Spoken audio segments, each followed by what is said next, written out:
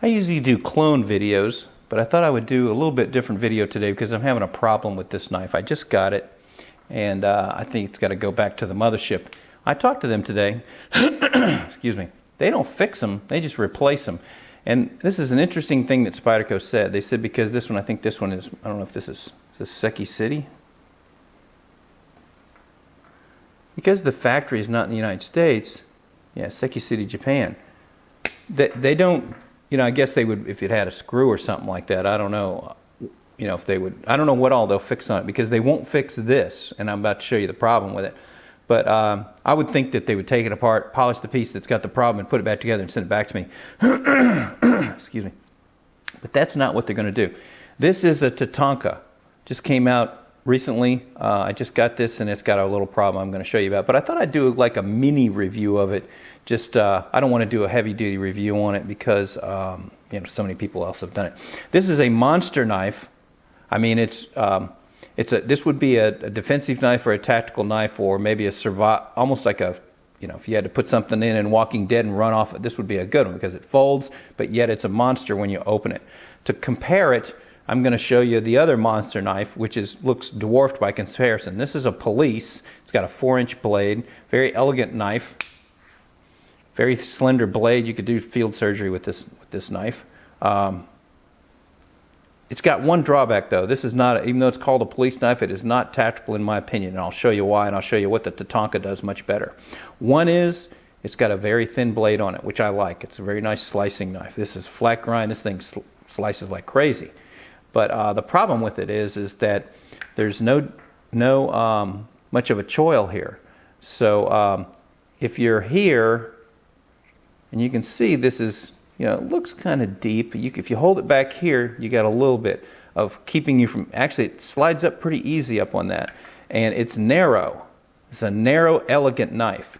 So if you were to try to use this in a tactical situation, if you're back here, let me tell you what, when just me holding it and pushing on it, it is very easy to roll over. So then you're going to try to hold it here, and you get this finger locked in and this finger locked in. You're a little bit better, but you don't have much to keep it from sliding up on that razor sharp blade and taking out every tendon in the backside of your hand.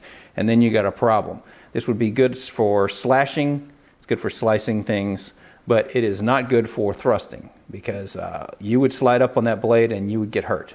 And it's not thick, so you don't have a lot to hold on to. As far as carrying around a really heavy duty, or a large, when I say heavy duty, I mean a large slicing blade, it's awesome. I'll lay it down here next to this guy. This is a Tatanka. Tatanka, right? Tatanka. Buffalo. This thing is a 5-inch blade, and it has some things going for it that the other one doesn't have. It has some problems though. So it's got really nice Spyderco G10, real toothy. It's thicker without being super heavy. We'll compare the weights of these knives, or at least it doesn't feel heavy because it's weighted so well. So let's go to the tail of the tape here on the weight.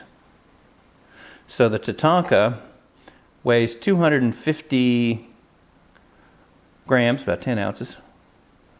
9. And the police,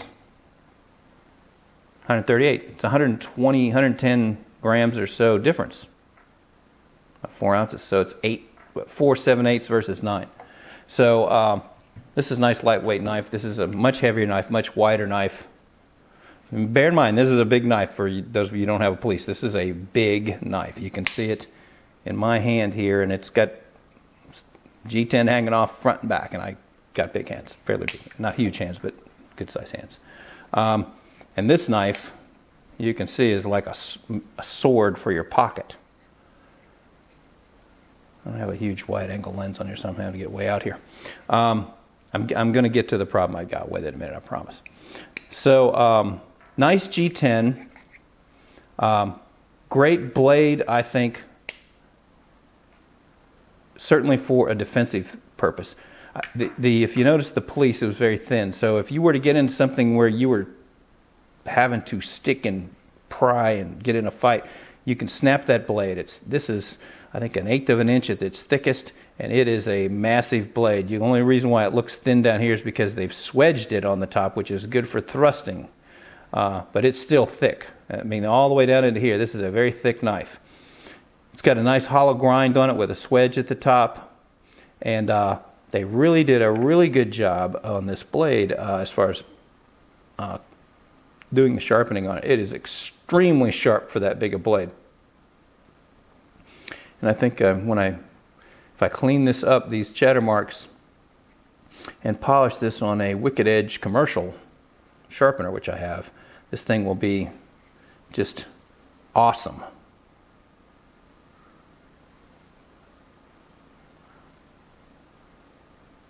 Pretty nice, well done. Spyderco hole is sharp, not super sharp like some of them are, but I think I'll probably polish that a little bit. Advantage to this knife over the police, if you're going to use this as a defensive knife, is one, you got a lot of handle here. Two, it's thick, very thick. The other thing is it's got this front choil area is very deep. So you can hook that finger in there, and you can hook this finger in here around this other choil area, and then get on this jimping up here, and you're locked in pretty good there. I would say that you could use that to defend yourself if you had to make a thrusting maneuver, to use this as a tactical defense weapon. Kind of curious they didn't jimp this area though. I'm not sure I understand that. Why they didn't do that. I think that's kind of a mistake. I don't know why they didn't cut some jimping in here. And when you talk to people like aftermarket people that do knife modifications, they really don't want to mess with hardened steel blades. I guess it tears their tools up to try to cut anything in there. So they don't want to mess with the blade.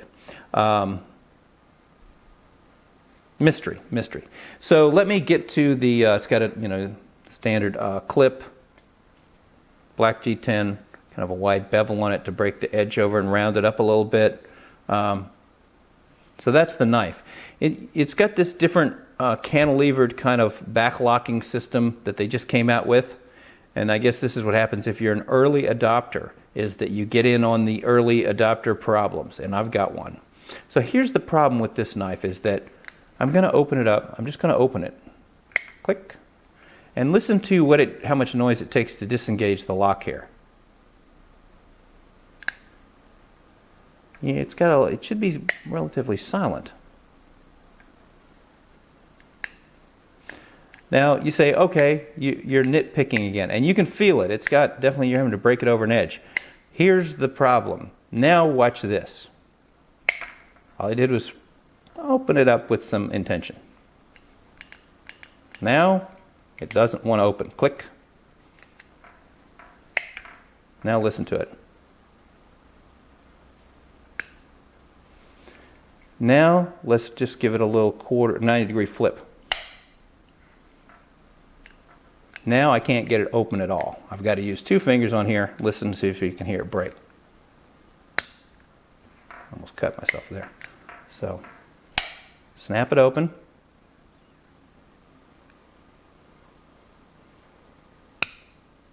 And I have to use two fingers. And it hurts. Let's see if you can see the angle. That's what it just did to my thumb trying to get that open. And it hurts. So, and I can squeeze about 185, 200 pounds of grip. So it's, when you just barely open it, it still got right there. So I talked to him about sending this back to him, and I figured they'd take it apart, polish whatever's kind of binding, and send it back. But they said no, that they look at it. If it's a warranty issue, they just replace it. So, but it's definitely got a, if I thought it would wear in, I'd keep it. But I'm not necessarily sure about that, because the thing that initially got my attention yesterday is I kind of opened it up. I didn't flip it. I just kind of opened it up like that. And I thought, oh my God, the blade is stuck. How am I, even if I wanted to send this to somebody or do something with it, how am I going to transport it? Because it's dangerous. I mean, it's right there. I mean, it is just from that. I can't get it closed. I got to use two hands and squeeze down on it.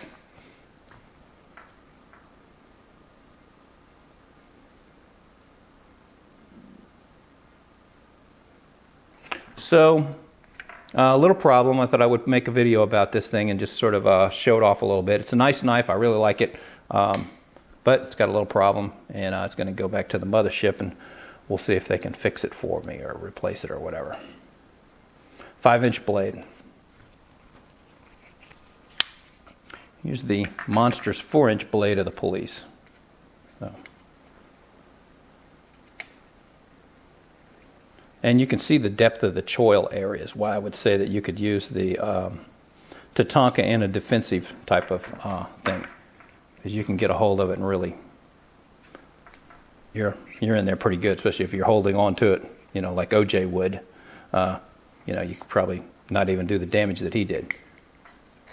So if you have any questions or comments, feel free to post them. I'm always interested in hearing what you have to say. This is in 4K, by the way. If you have a 4K monitor and a video, this would be really probably a pretty sharp looking video as far as detail.